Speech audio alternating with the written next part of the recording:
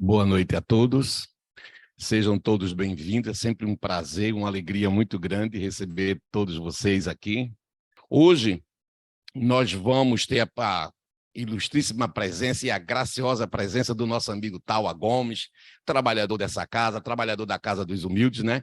Que vai nos falar sobre Allan Kardec. Em homenagem ao mês de aniversário de Kardec, que foi agora no dia 3 de outubro, Tawa Gomes vem nos brindar com as informações preciosíssimas do codificador, o homem que teve a missão do mundo espiritual de produzir o Pentateuco do Espiritismo, que é a chave para compreender melhor muitos pontos da Bíblia. Como é importante, né? A gente conhecer o Pentateuco, a gente ler o Pentateuco, principalmente o primeiro livro, que foi o Livro dos Espíritos, né? Então fica aí essa dica. Se vocês quiserem começar no Pentateuco, comecem no Livro dos Espíritos. Ali sim vai ter muitas respostas para todas as nossas questões, todas as nossas dúvidas. Mas, para poder começar o trabalho, vamos primeiro fazer a nossa prece. Então, vamos elevar nosso pensamento ao alto. Pai amado, Jesus, mestre querido, agradecido estamos por essa oportunidade de estarmos aqui, de estudar um pouco mais, de tentar entender mais, Senhor, essa tua doutrina tão esclarecedora. Nos abençoa, nos ilumina, que a espiritualidade maior traga toda a harmonia, toda a paz, que se estabeleça nesse ambiente a partir de agora, que possamos estar focados em tudo que o irmão vai falar, que traga também toda a intuição necessária para ele que vai usar da palavra e que a nossa noite de estudo e de trabalho transcorra na tua santa e divina paz. Em nome de Deus, em nome do Mestre Jesus, te pedimos a permissão para dar início aos nossos estudos e trabalho de hoje. Que assim seja. Então, meus irmãos, com a palavra, nosso irmão Tawa Gomes.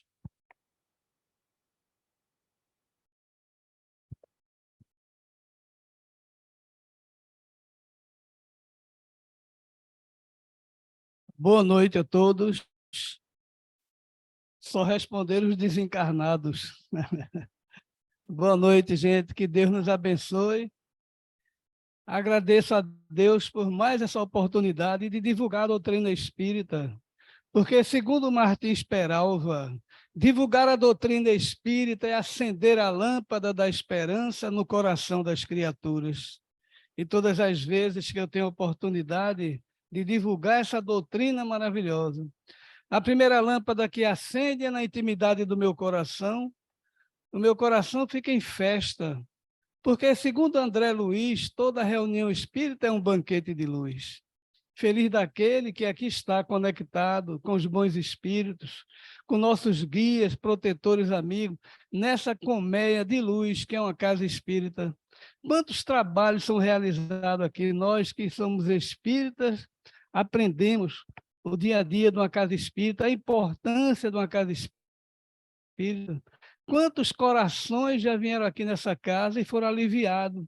Pessoas que estavam pensando em tirar a vida, mães que estavam sofrendo com filho e saíram daqui aliviados, encarnados e desencarnados, porque a vida continua, a imortalidade do ser, a comunicação com os mortos. Nós estamos vendo hoje que a ciência está mostrando tudo que a doutrina espírita vem ensinando sobre as energias espirituais, a ciência espiritual, porque o mundo materialista só conhece realmente a ciência física, os valores materiais, e o Espiritismo vem nos mostrar realmente, com a missão de Allan Kardec, conforme nosso amigo Rogério falou tão bem no exórdio, né, da nossa apresentação, sobre a importância de Allan Kardec, que no dia 3 de outubro é data de nascimento dele agora desse mês. Então, Allan Kardec, ele veio no momento, século XIX, onde vários espíritos estavam reencarnados na Terra para trazer a mensagem da ciência. E quantas pessoas se distanciaram de Deus por conta da ciência, por conta do conhecimento que a Terra passou. E Allan Kardec foi ali fiel na sua missão, sempre querendo tirar essa questão mística da religião, mostrando a fé raciocinada, mostrando o Deus cósmico que todos nós compreendemos hoje. Não aquele Deus das religiões, aquele velhinho que nos pune quando nós erramos, mas esse Deus cósmico. Hoje a ciência diz que são 1 trilhão de galáxias já computadas pela ciência, a NASA, calculando matematicamente, com as fotografias, com o avanço da tecnologia. Já hoje a ciência sabe que são 1 trilhão ou mais de galáxias, e cada galáxia são 200 milhões de sóis de sistema solar. Veja só como Deus passa a uma dimensão infinita, e nós vamos compreendendo esse Deus que nos ama, não esse Deus que vem fazer aquele serviço, mas tem uma equipe de espíritos superiores. E Jesus é o nosso governador que vem trazer a ajuda que nós necessitamos. Então, Allan Kardec, que é o codificador da doutrina espírita, ele veio para todos nós trazer realmente a missão. Hipólito Léon Denisard Rivail, que era o nome dele, que é o nome dele realmente, nós depois conhecemos ele como Allan Kardec, porque foi o nome de uma encarnação que ele tinha anterior. Então, os espíritos avisaram a ele: a missão dos reformadores está cheia de escolhos e de perigos, e a tua será rude. Ele foi alertado sobre isso. O Espírito Verdade alertava Allan Kardec que a missão dele seria rude, que ele se preparasse para tal. E Allan Kardec foi fiel até o fim na sua missão maravilhosa. Disso te previno, porque é o mundo inteiro que se trata de agitar e de transformar. Ou seja, a doutrina espírita veio agitar o mundo inteiro.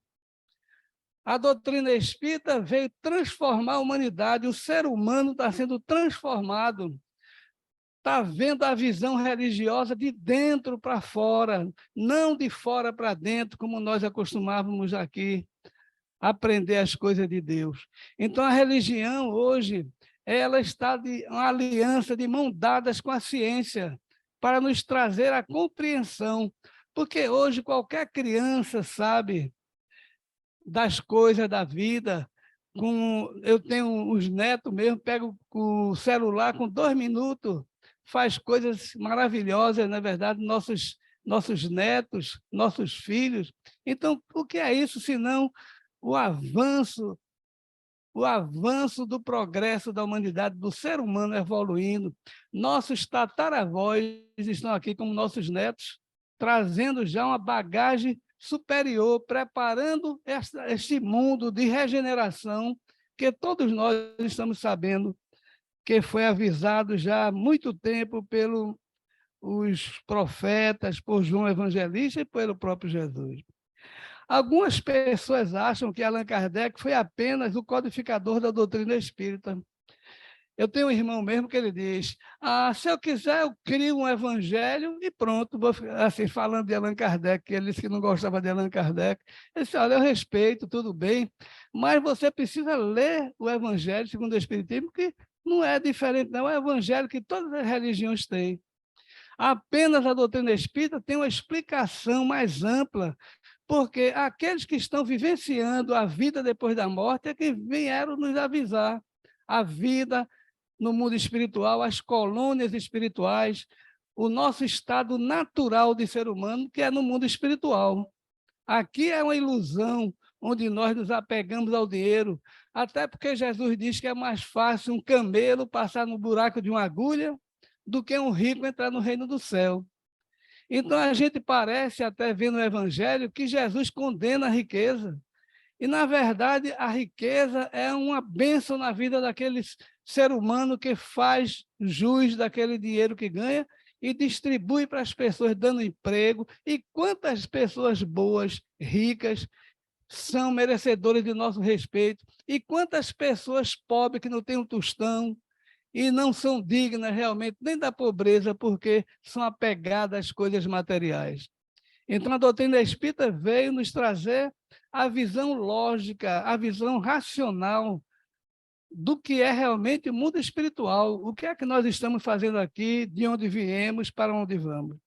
Então, Allan Kardec foi muito mais do que o codificador. Nós vamos ver aqui. No entanto, há muitos milênios, Kardec já vem servindo a Terra como grande espírito de luz. Eu vejo muito, dentro da doutrina espírita, as pessoas não falam muito de reencarnação. Há um preconceito muito grande, há um cuidado do espírita para não estar sendo leviano, falando de fulano é a reencarnação de ciclano. Nós não devemos, é claro, ninguém tem essa verdade.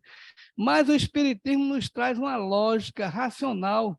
E a reencarnação é uma questão biológica, não é misticismo, não é para ninguém ficar com medo de comentar, porque é uma questão biológica. Tudo morre, nasce, renasce e morre e renasce, quantas vezes necessária for, porque é da lei de Deus. A lei natural, questão 614 do Livro dos Espíritos, Allan Kardec pergunta: a lei natural, o que quer dizer a lei natural? A lei natural é a lei de Deus, é a lei da verdade, é a lei que tudo que nós seguirmos, a lei natural, nós vamos ser felizes. E todas as vezes que nós nos afastamos da lei natural, nós sofremos, porque a lei natural é a lei de Deus, é tudo que a natureza nos traz naturalmente, perfeito, já consolidado por Deus.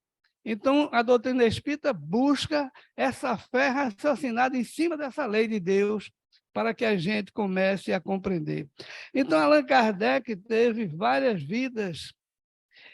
Allan Kardec foi um sacerdote druida da civilização celta, cerca de 50 anos antes de Cristo. Então, as reencarnações de Allan Kardec, nós já sabemos através das informações dos espíritos. Allan Kardec também teve uma encarnação como esse soldado Quirilius Cornélio, centurião, que se ofereceu para libertar Jesus. Ele abriu a cela para Jesus sair e ele ficaria preso. Jesus disse para ele: não, futuramente você vai fazer um trabalho glorioso. Ou seja, Jesus já via o futuro dele em várias encarnações futuras e agradeceu a bondade daquele centurião que já tinha um coração fraterno naquele momento que Jesus necessitava. Allan Kardec também teve uma vida, numa reencarnação, foi Jean Rus, sacerdote mártir e reformador tcheco. Então, Jean Rus, todos nós conhecemos, ele que veio trazer uma contribuição magnífica para as religiões, veio trazer, junto com a reforma protestante, Jean Rus já veio trazer um salto à frente das religiões com a compreensão. Hippolyte Léon Denisard Rivail é o nome dele. Allan Kardec, nós sabemos, ele nasceu no dia 3/10, conforme nós conversamos antes, e ele passou a usar esse nome Allan Kardec depois que descobriu essas reencarnações que ele teve. Então, Allan Kardec veio trazer para todos nós uma contribuição magnífica. A vida dele poderia ser contada de várias maneiras, porque nós sabemos que ele teve um período que nós vamos ver aqui de contribuição pela sua inteligência. A compreensão de alguns aspectos, vamos assim dividi-lo em duas fases distintas da vida de Allan Kardec. A primeira em que, desde o seu nascimento até a idade de 50 anos, foi conhecido por Hippolyte Léon Denisard Rivail. Então, vejam só, 50 anos ele estava estudando, se preparando, discípulo de Pestalozzi, estudioso de Anton Mesmer, mais de 30 anos estudando magnetismo. Ele que trabalhou na gramática francesa, os verbos irregulares, até hoje na França, foi criação de Allan Kardec e tantas outras coisas, nós vamos ver aqui. Falava mais de 5 idiomas fluentemente. Então, a primeira fase é aquela, a segunda quando tornou-se espírita e passou a assinar Allan Kardec, como nós já acabamos de falar. Allan Kardec nasceu em Lyon, né? No dia 3. Na verdade, ele só fez nascer em Lyon, porque nós hoje estamos vendo na biografia de Allan Kardec, Lyon foi uma passagem rápida, parece que ele só foi nascer ali, não teve esse período que a gente desconhecia, achava que ele, a gente fala muito, é o mestre de Lyon, e ele teve muito pouco em Lyon, segundo os estudiosos hoje da doutrina espírita. Então, nós vamos avançando aqui. Como nós falamos, Hipólito Leon Denis Rivail, ele iniciou seus estudos na escola de Pestalozzi, em Yverdun, na Suíça. Então, ele foi discípulo de Pestalozzi. Quantas vezes Pestalozzi, que era o mestre, entregava a ele os estudos, Pestalozzi viajava e Allan Kardec ficava ali, dando as instruções como mestre também, na área de ensino, na pedagogia, ou seja, ele tinha a natureza de ser um professor realmente, para conhecer tão bem essa base que todos nós precisamos, que é o estudo. A educação transmitida por Pestalozzi marcou profundamente a vida futura do jovem Rivail. Tornou-se educador e entusiasta do ensino de Pestalozzi, nós já falamos sobre isso, tendo sido várias vezes convidado para assumir a direção da escola na sua ausência. Então, veja como ele era um aluno dedicado.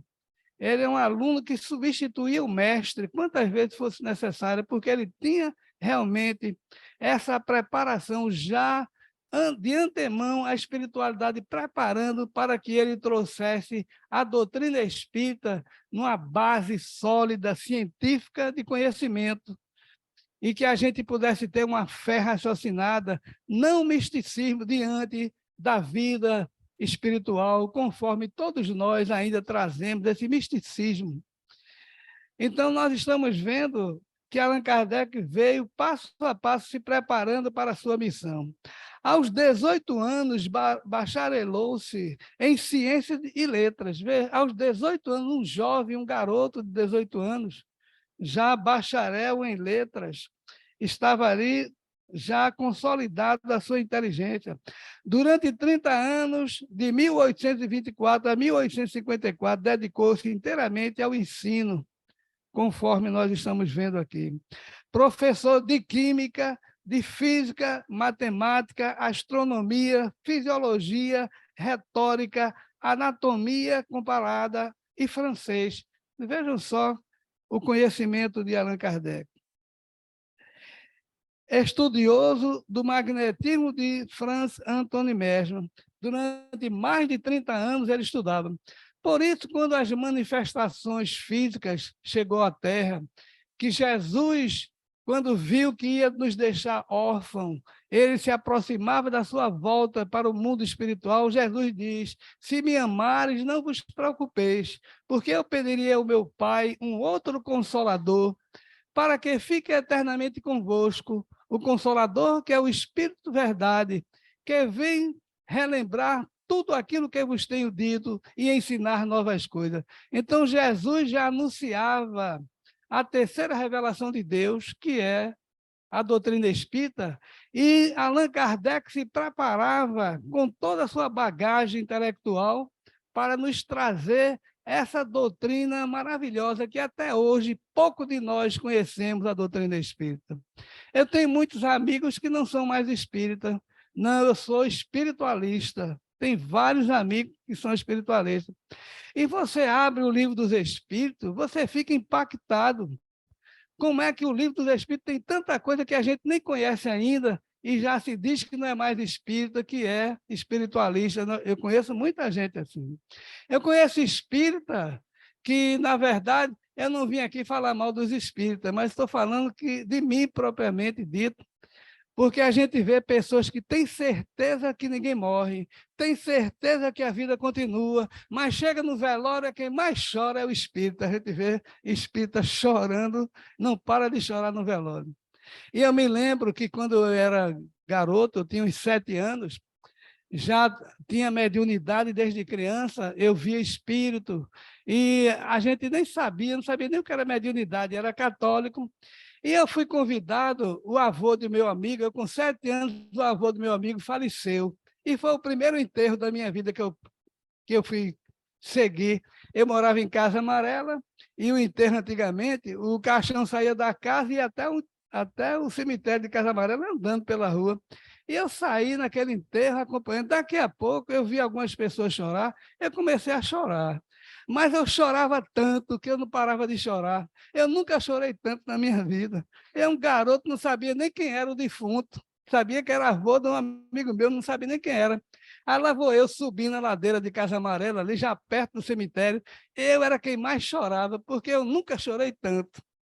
Porque o médio é assim, ou ele chora muito ou ri demais. E eu chorava muito. E nesse momento, quem me salvou, lá vem duas senhoras descendo, olhou assim o enterro, aí tocou uma na outra, fez, coitado, era o pai dele, apontou para mim. Quando disse que era meu pai, eu tomei um susto, fiquei indignado. Eu disse, não, minha senhora, não é meu pai, não. Isso é o avô do meu amigo, meu pai está em casa. Eu fiquei revoltado. Parei de chorar, nem uma lágrima mais saiu depois daquela comparar, dizendo que ali eu estava chorando por causa do meu pai. Então, veja, acontece isso com a gente. Muitas vezes a gente estuda, vem aqui fazer palestra, mas a gente ainda é carente da compreensão realmente, da prática espiritual. Mas todos nós vamos conseguir, porque é da lei do progresso, ninguém vai ficar à deriva, todos nós vamos avançar lentamente ou passo a passo, mas todos nós vamos conseguir a compreensão que Allan Kardec veio trazer para todos nós. E quanto mais conhecimento da doutrina espírita tivermos, mais feliz nós vamos ser. Nós vamos enfrentar as aflições, porque no Evangelho Allan Kardec coloca nos 4 capítulos, eu sempre falo isso porque eu acho muito bonito, foi Haroldo Dutra que falou sobre isso, não é invenção minha. Haroldo Dutra é um palestrante que ele tem uma visão maravilhosa, eu gosto muito, e ele disse que no Evangelho os 4 capítulos iniciais são os 4 pilares que sustentam toda a obra de Jesus. E ele diz, o primeiro capítulo, Jesus diz, eu não vim destruir a lei. Então, Allan Kardec coloca ali, quem abre o Evangelho segundo o Espiritismo fica surpreso, porque Jesus não veio mudar nada. Ali já para o preconceito das pessoas que dizem que o Espiritismo é invenção do homem, quando Jesus diz que não veio mudar nada. Jesus veio fazer que a lei se cumpra. E Jesus, nesse capítulo do primeiro evangelho, ele nos convida para o ponto de vista da vida espiritual, para que a gente observe realmente o nosso estado natural de ser espiritual, de ser eterno, que aqui estamos. Não esse ponto de vista materialista que nós nos apegamos ao dinheiro. Por isso que eu disse antes que Jesus diz, é mais fácil um camelo passar no buraco de uma agulha, o camelo, que é aquela corda de amarrar navios antigamente, chama camelo, aquele fio passar numa agulha fininha, do que um rico entrar no reino do céu. Por quê? Porque a riqueza é má? Não. Porque a riqueza, ela nos prende e nos faz escravos da riqueza. E aí onde está o perigo de a gente colocar nossos tesouros no mundo material.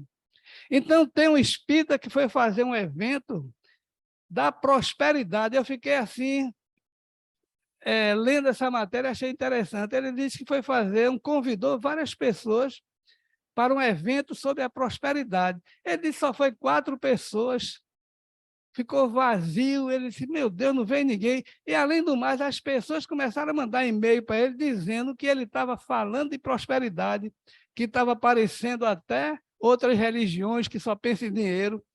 E ele disse, mas, gente, a prosperidade, todos nós temos que ter prosperidade. O que não pode é a prosperidade material nos prender e nos deixar preso, prisioneiro do dinheiro, prisioneiro da posse, prisioneiro do mando, prisioneiro das coisas materiais. Aí onde está o nosso erro. Mas feliz daquele que busca a prosperidade material e espiritual. Porque todos nós viemos para prosperar aqui na Terra, ninguém veio para sofrer. Aí vai o 2º capítulo, que é o 2º pilar do Evangelho, quando Allan Kardec coloca propositadamente ali o 2º capítulo, meu reino não é desse mundo. Aí Jesus começa a ampliar, a levantar, a abrir os horizontes para a compreensão. A gente vai ver que o reino de Jesus não é desse mundo. Por isso, pouca gente compreende o Sermão do Monte. as bem-aventuranças de Jesus. Se a gente for ler só as bem-aventuranças de Jesus, a gente fica assim, mas como é que pode Jesus dizer: eu não vim trazer a paz, mas a espada. Aquele que não deixar pai e mãe me seguir não entrará no reino do céu. E ali Jesus vai dizendo, aquelas parábolas de Jesus, para que a gente vá buscar a letra, onde a gente vai buscar a letra, a gente se engana, mas o espírito da letra que Jesus nos convida, a essência dos ensinamentos dele. Quando Jesus diz para deixar pai e mãe, Jesus foi o mesmo que disse naquele momento que honrava pai e mãe, que deveria honrar pai e mãe. Então, Jesus não poderia estar se contradizendo no amor. Então, nós vamos compreendendo os ensinamentos de Jesus, que Jesus impactava cada um de nós com a sua palavra para que a gente meditasse e se colocasse no lugar, assim como aqueles homens com pedra na mão para apedrejar aquela mulher adúltera. E Jesus calado, observando, vendo cada um ali que estava com a pedra na mão. E muitos daqueles mais antigos já tinham se comprometido com aquela mulher, já tinham se envolvido com aquela mulher adulta. Ele estava ali com a pedra, porque era da lei de Moisés, a tirar a pedra. E Jesus foi mais uma vez chamado para que ele desse a opinião. Ele disse: aquele que não tiver pecado, atire a primeira pedra. Veja que inteligência do Cristo. Todo mundo parou e se colocou no lugar daquela mulher. E todo mundo fez uma retrospectiva e viu que tinha culpa também. E muitos ali, os velhos, começaram a soltar pedra, porque ele viu que não, era hipocrisia jogar uma pedra naquela mulher, que ele já tinha se encontrado com ela mesmo.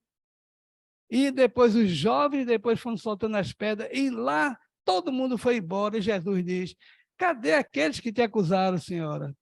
Não estou mais aqui, eu também não te condeno, vai e não peca mais. Então, nós vamos ver esse ser magnífico que é Jesus, trazendo uma mensagem maravilhosa. E a terceira revelação de Deus, que é a doutrina espírita, vem justamente mostrar essa mensagem de Jesus revivido, mostrar para que a gente compreenda as palavras de Jesus.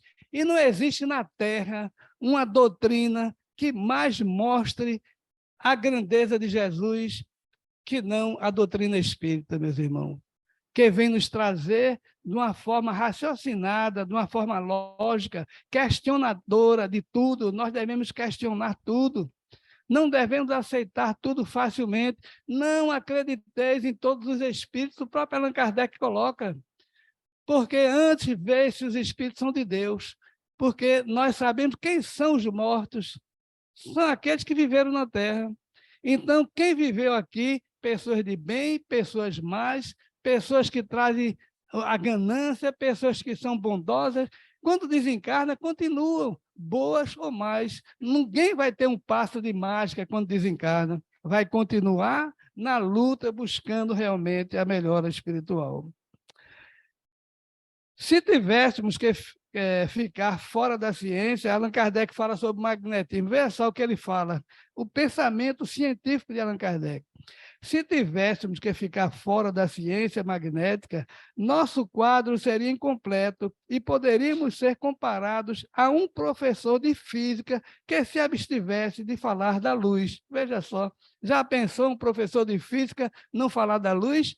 É a mesma coisa do espírita não acreditar no magnetismo, não estudar o magnetismo, porque o magnetismo é uma lei natural que nós utilizamos para colocar as energias positivas, manipular as energias do coração, e não precisa trejeito, basta o pensamento, pensar, e é direcionado pelo pensamento aquela energia, e ajuda e salva muita gente.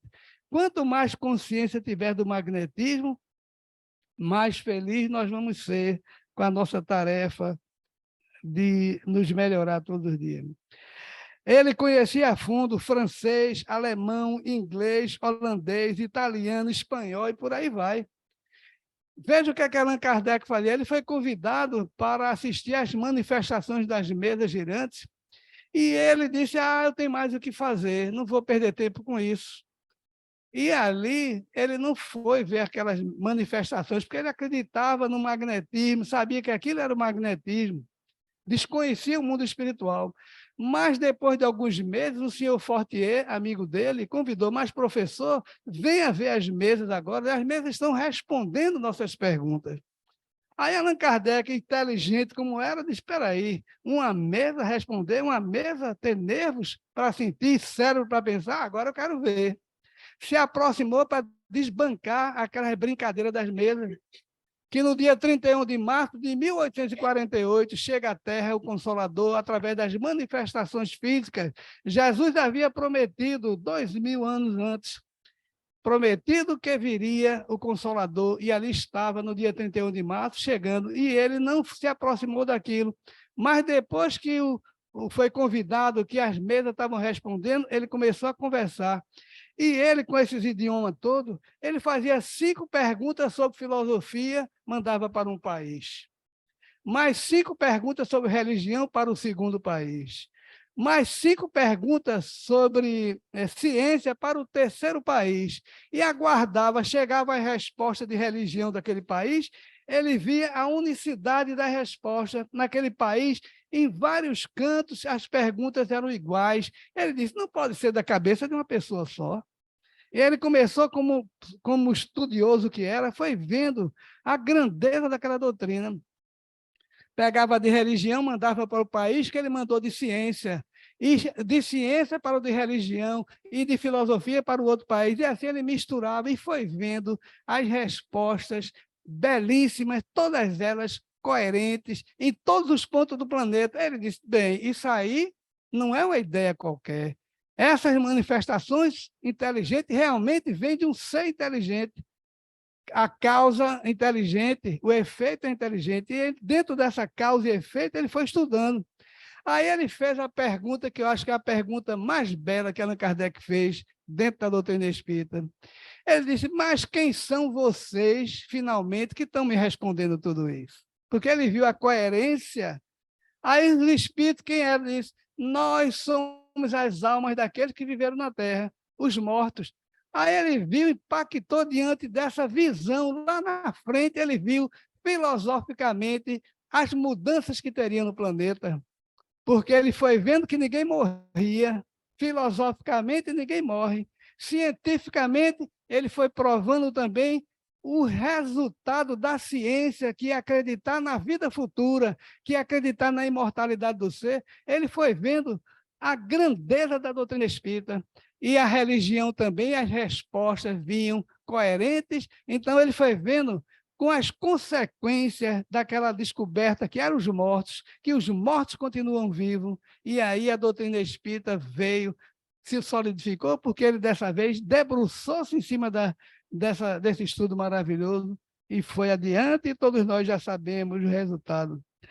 Então, veja que a doutrina espírita veio de uma inteligência, não é da cabeça, feita uma religião. Quantas pessoas criam religião? Eu falei no começo que meu irmão disse, se eu quiser, eu crio uma religião, pronto. Falando de Allan Kardec, eu digo, se fosse fácil, era assim. Mas a coerência de Allan Kardec, até hoje a ciência não prova o contrário. Pelo contrário, a ciência está mandando obras espíritas obrigatoriamente nas faculdades, para as pessoas saberem do mundo espiritual, do corpo espiritual, da vida futura, da eternidade do ser, porque a matéria hoje, nós sabemos que a matéria não existe. A matéria é uma ilusão, meus irmãos. É um acúmulo de átomos em movimento, e ali ele se condensa. Mas depois esses átomos voltam a ser energia e a matéria se acaba. A vida continua espiritualmente, mas a matéria se acaba. Então, hoje a ciência, por falta de matéria, a ciência prova que o homem é espiritual, que ninguém morre, que a inteligência continua viva, mesmo depois que o coração para de bater.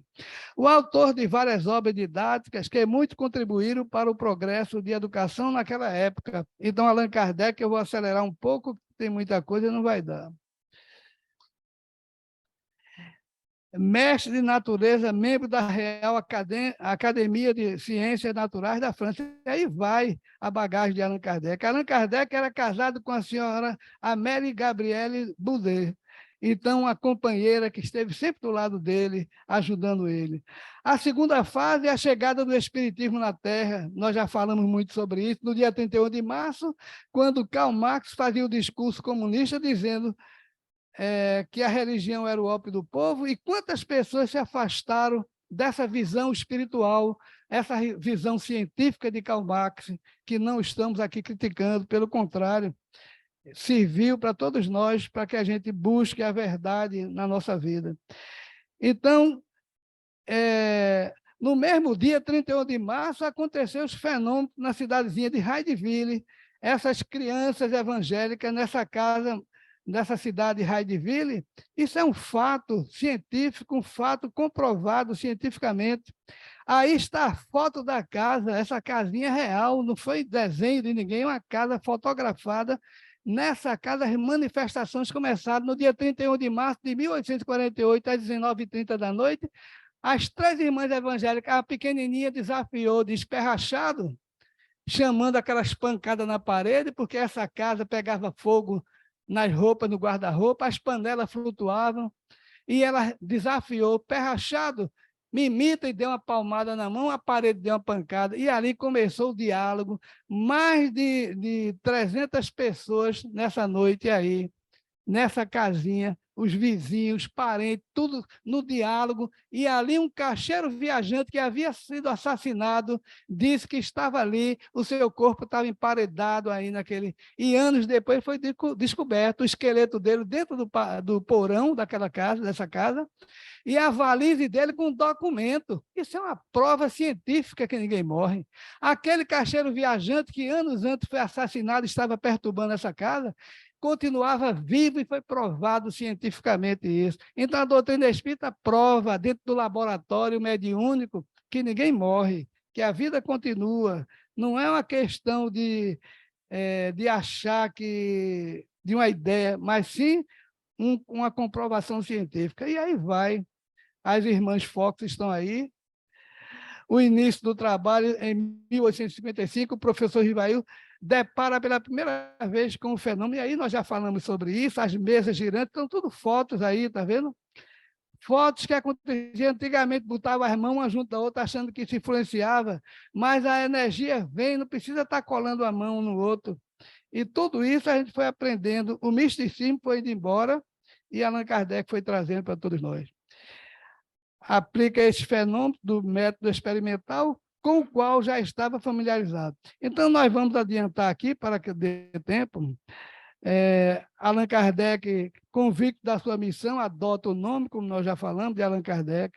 E aí o Livro dos Espíritos, ele vem trazendo, no dia 18 de abril de 1857, um livro diferente. Allan Kardec, nessa noite, no dia 17 de abril, que no dia 18 ele lançou o livro, aí passou por esse museu do Louvre, ali na manhã, um museu perfumado, e ele ali, o que é que eu vou lançar esse livro, que ninguém conhecia ele como espírita, e ele botou o nome Allan Kardec, e ali na livraria do senhor Danty, um amigo dele que prometeu que ia editar o livro dele, o primeiro livro dos Espíritos, mesmo desencarnado, a viúva do senhor Danty cumpriu a sua missão nessa galeria Orleans.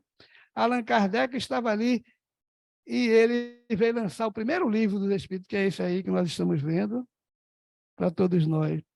Então, de 1855 a 1869, consagrou sua existência ao Espiritismo sob a assistência dos Espíritos superiores. Então, representado pelo Espírito Verdade, que o dirigia em tudo que ele fazia, orientando ele. Então, veja isso. Além das obras básicas, contribuiu com outros livros básicos, como O que é o Espiritismo na sua mais simples expressão, instruções práticas sobre as manifestações espíritas e obras póstumas, que todos nós conhecemos. Então, a revista espírita, fabulosa. Quem quiser, não é só o Pentateuco, como nosso irmão falou, mas sim também as revistas espíritas, que tem todo o manancial espiritual que foi trazido do Livro dos Espíritos. Foi o fundador da Sociedade Parisiense de Estudo, ou seja, o primeiro centro espírita do mundo. Foi aqui, Allan Kardec, que nos ajudou. Máximas criadas por ele, fora da caridade não há salvação. Fé inabalável é aquela que pode encarar a razão face a face em todas as épocas da humanidade. Então, ele vem trazendo para todos nós. Então, veja o Espírito Verdade, o que é que diz para Allan Kardec. Ele passou 12 anos como espírita, 12 anos ele fez essas obras todas. Aí o Espírito Verdade anuncia para ele o desencarne dele, né? Ele, antes de morrer, o Espírito Verdade disse que ele teria que desencarnar, e diz, no dia 10 de junho de 1860, está aqui, isso foi do livro Obras Póstumas, não é invenção. O Espírito Verdade disse a ele, prossegue em teu caminho sem temor, ele está juncado de espinho, mas eu te afirmo que terás grande satisfação antes de voltares para junto de nós por um pouco. Allan Kardec disse, voltar para vocês por um pouco?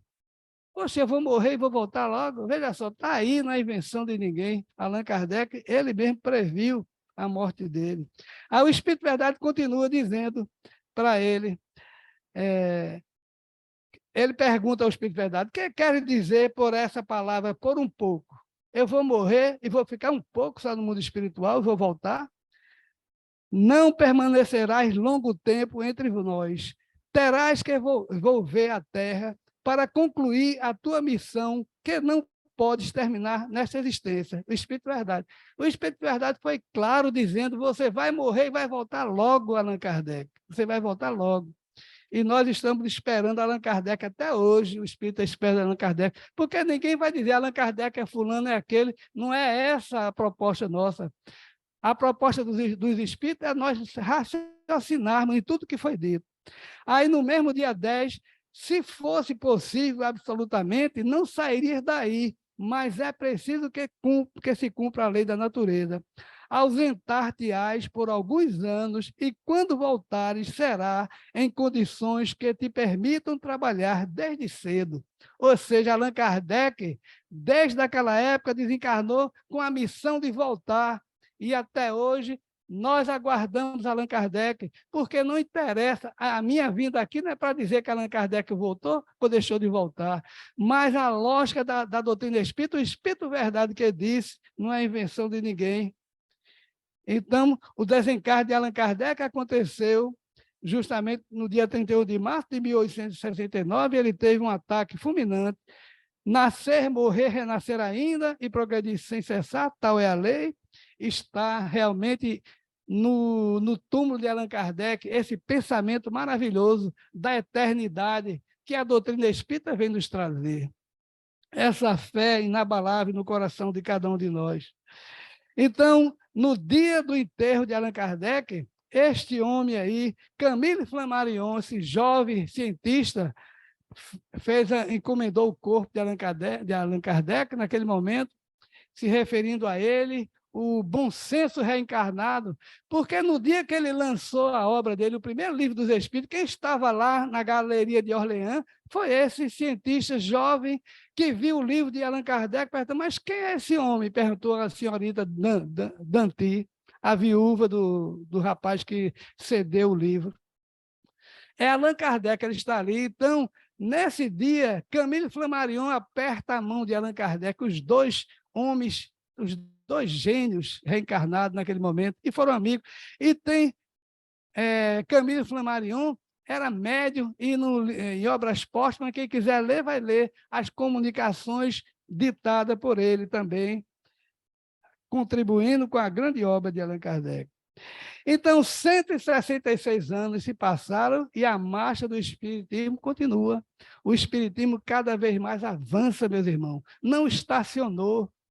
Então, nós estamos vendo que vieram outros, se Allan Kardec não veio, veio outros para substituí-lo, trazer a grande mensagem espírita que nós conhecemos hoje na Terra. Outro gigante torna-se maior divulgador da obra de Allan Kardec na Terra. Quem é esse gigante? Chico Xavier. Chico Xavier são mais de 500 obras. Agora, no Japão, tem alguém lendo sobre Obras Póstumas, tem alguém lendo O Céu e o Inferno, tem alguém lendo O Nosso Lar, porque no idioma de lá do Japão tem alguém lendo, graças a este homem maravilhoso, que veio jovem trazer a mensagem de Allan Kardec. Mais de 500 livros já são hoje, porque ele desencarnou, psicografou 400 e pouco, mas hoje já são mais de 500 que pegaram, fizeram, editaram outros livros, então tem mais de 500, não estou inventando isso.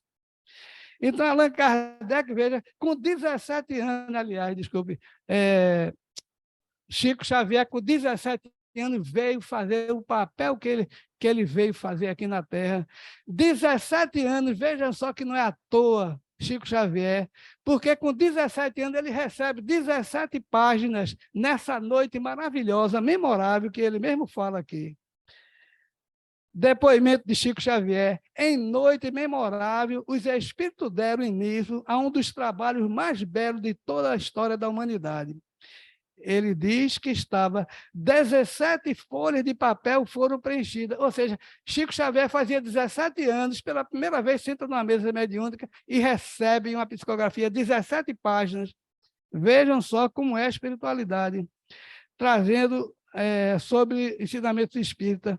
Então, ele diz aqui, era uma noite quase gelada, e os companheiros que se acomodavam junto à mesa me seguiram os movimentos do braço, curiosos e comovidos.